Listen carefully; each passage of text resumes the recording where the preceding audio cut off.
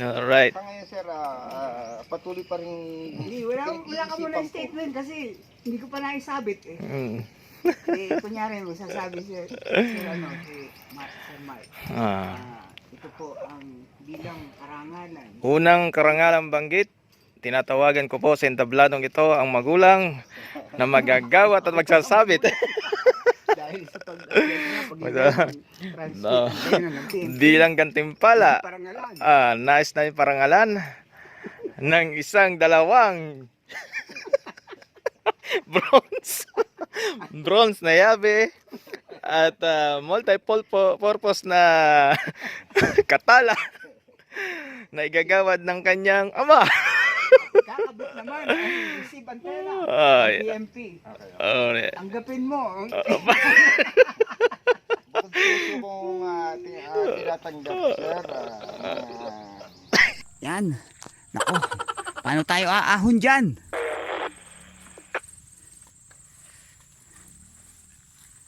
Dapat may wings.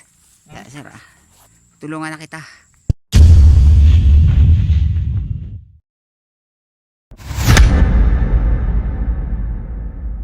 Hello guys, welcome back again to my YouTube channel. Preparing po ako ngayon ng mga gamit na dadali namin bukas sa Mount Parawagan upang samahan si Kabady, yung aming radio communication technician ng MDRRMO. Ito po yung mga bagay na dapat kong i-prepare kasi may pamilyar ako sa Mount Parawagan pero feeling ko parang ito yung pangalawang pagkakataon na makapunta ko doon ngayon. Yung mga dapat dalhin, syempre, una tools. Just in case na masiraan ng aking motor, siyempre wrench tools, back and open set na yan, just in case na kailanganin ni Kabady ng tools na meron ako na wala siya. Siyempre desktop charger ng aking portable Romeo,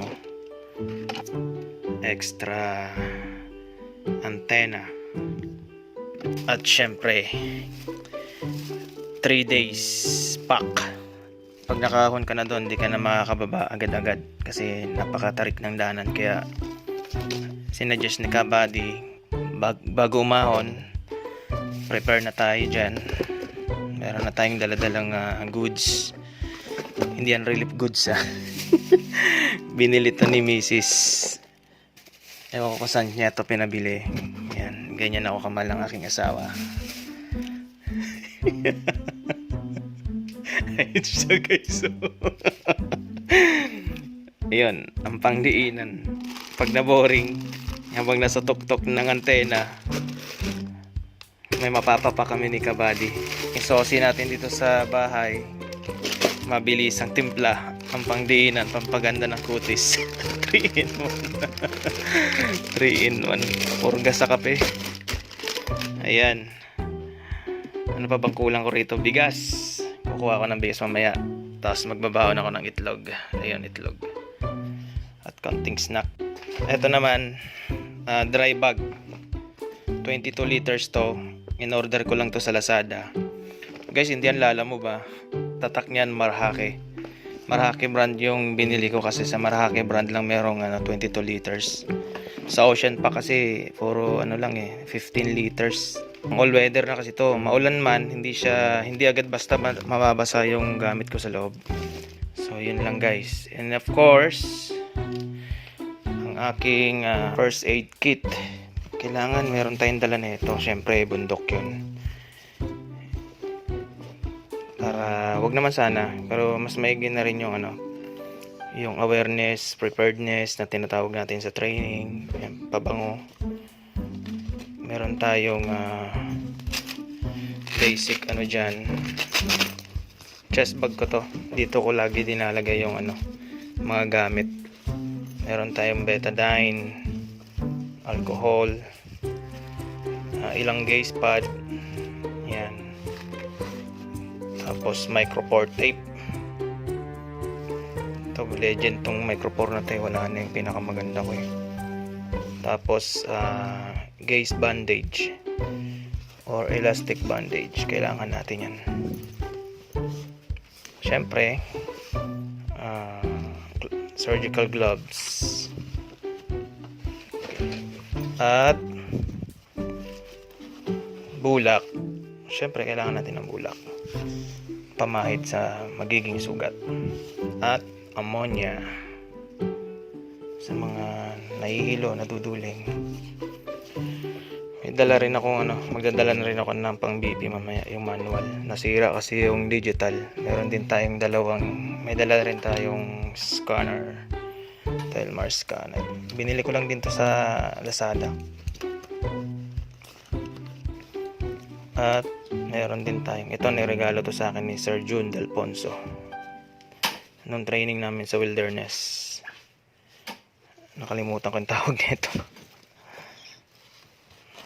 Yun lang. Tapos extrang panyo. So yun, ready na. Good morning guys. So ito na yung oras na araw ng pag-ahon namin sa Mount Parawagan. So punta na po tayo kay Kabady para malaman natin yung next instruction. Alright, naka-prepare na lahat yung mga gamit ng repeater site na dadali namin doon. Ito sa Mount Parawagan. Yung ibang gamit nakabalot na. Wala tayong sariling sasakyan kaya nangihiram lang tayo. Ang dulas pag ganito yung itsura ng service natin. Imagine mo yan, napakalayo pa ng babagtasin natin. Okay po. Ayan, baba muna si Kabady. Doon niya na kami antayin kasi pag dalawa kami, loaded pa. Hindi pa dual sports yung gulong ng motor ko. Obligado siyang bumaba kaya mas mainam ng dahan-dahan para makakarating na maayos sa paroroonan. Umaangat yung puwetan ko kaya obligado magbawas ng ng karga.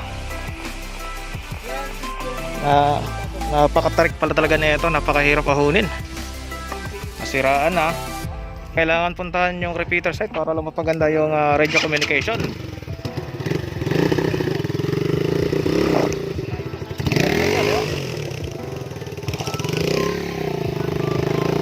Kaya.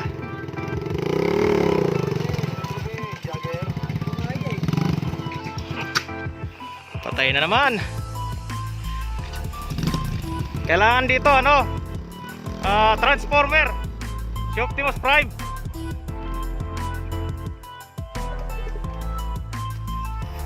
Hindi pa pwede yung mga mga pipitsuging sasakyan dito para makaahon papuntang repeater site. Pwede rito ATV Kabady. Kahit sabihin nating 4x4 na pickup, parang dito. Masusunog ang clutch dito, Nasusunog nga. Yung black nasunog dito eh. Yung pickup na itim? Clamping black. Oo. Ang tarik Ayun pa. Malayo pa tayo. Malapit na magkalahati. Malapit na magkalahati. Ayop na yan. Parang gusto ko nang bumalik Ang lambot ng putik. Sana all naka-dual sports. Ano mga paparay? Ano yung tsura ko pag dumudulas-dulas? Isip.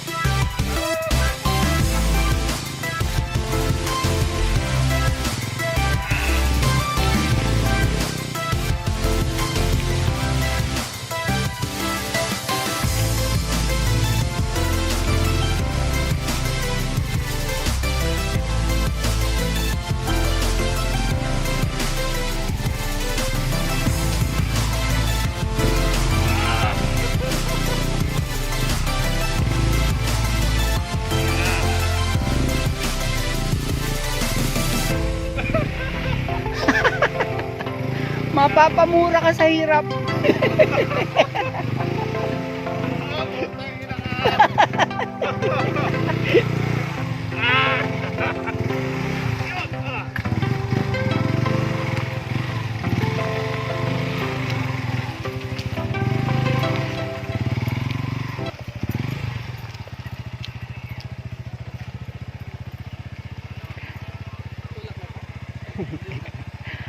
Ah, kaya niya po yan. Ayaw mo ha.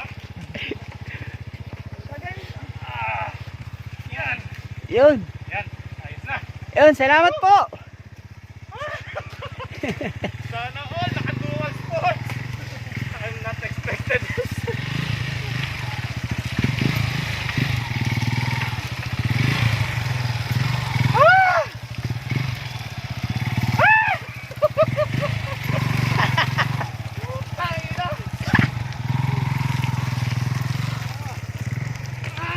Uy, uy, uy, uy.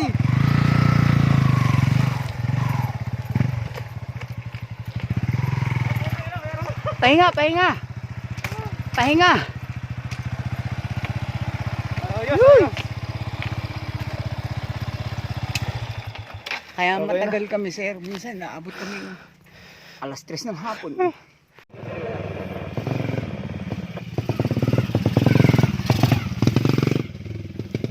Ganon talaga, oh. XRM lang na minodified, eh, oh. Easy lang, no? Ayan. Ayan, dito po dadaan si Mark. Ayan po, ayan, ayan, ayan po. Ayan, dumadaan na po siya. Titignan natin ang galing ni Mark. Oh, oh, oh, oh, oh, oh, oh, oh. Ang galing, nakalusot. Galing, nakalusot.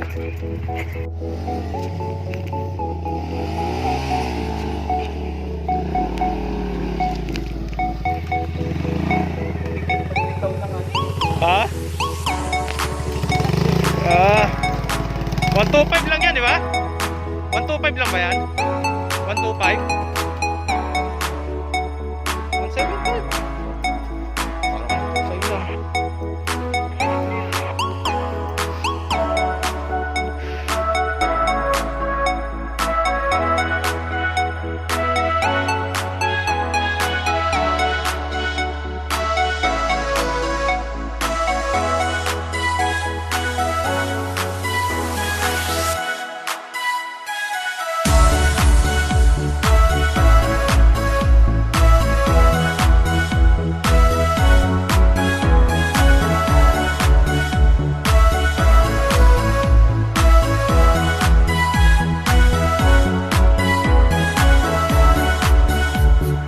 Ano to ka ba? Di sanay ka ng laging ganto?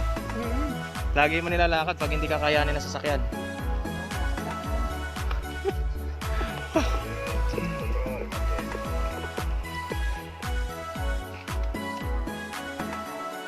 So kailangan muna namin uminom ng tubig para hindi tayo ma-dehydrate. Medyo malayo-layo pa yung babaybay namin sa taas, eh.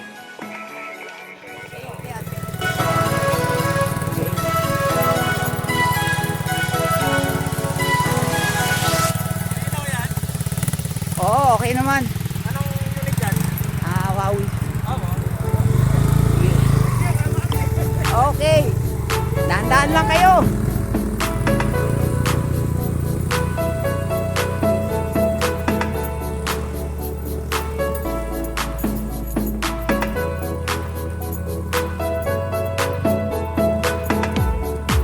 Ang bibilis ng dalawa. Naiwan ako. Kawawa naman ako. Lakad na lang muna. Hanggat wala pa yung request na UTV.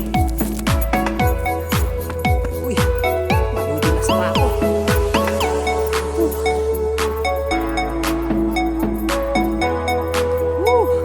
Si Magaliso, nakaliso.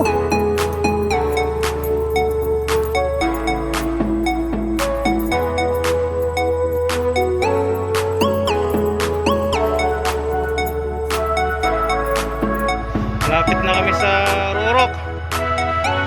Napatotohanan. Ayan na yung repeater site natin. Napakaliit. Kaso mga nasiraan na naman. Right. Narating din namin yung repeater site. Dilubyo. So ito po yung status ng repeater site ngayon. Ayan ang itsura. Bagsak, may tumba, naputol, gawa ng bagyong Ulysses yan, kaya kailangan ayusin ito.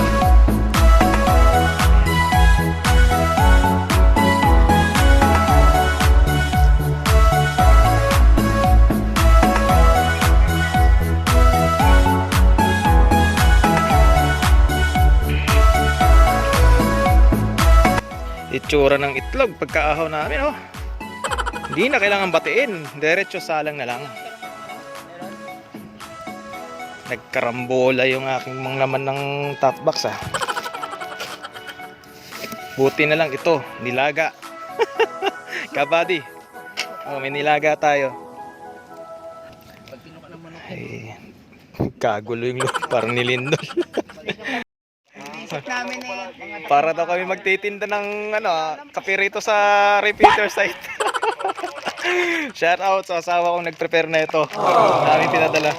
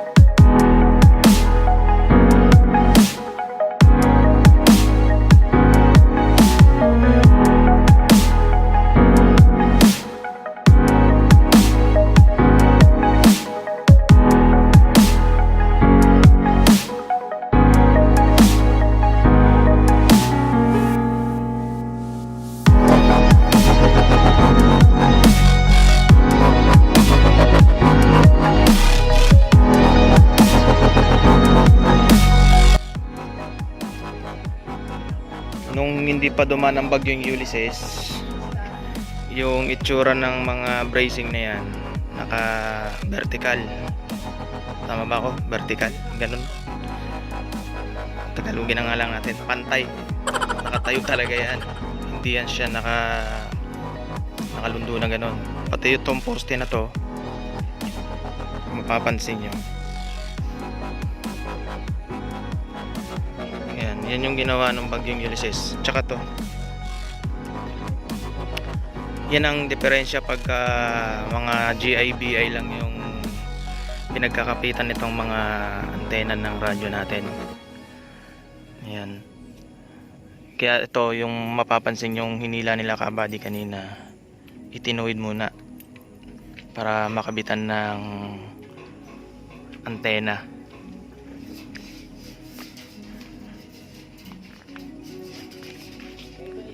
Kaya tumabingi ito gawa ng lakas ng hangin o bagyong Ulysses. Syempre may mga solar panel dyan. Yun isa sa mga dahilan kung bakit bumagsak ng ganyan. At yung iba, yung mga naputol, ayan, yung mga nalaglag, inayos na nila yan. So ngayon, kahit gabi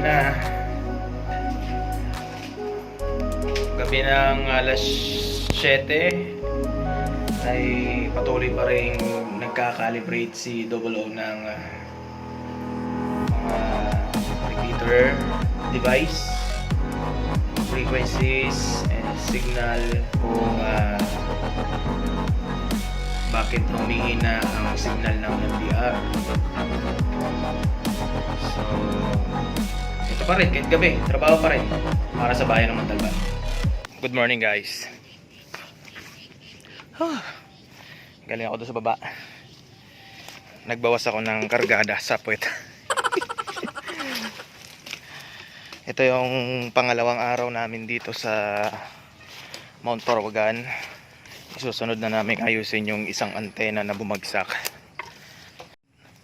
Yung isang antena na nanggaling doon, lilipat namin doon sa tower na yan.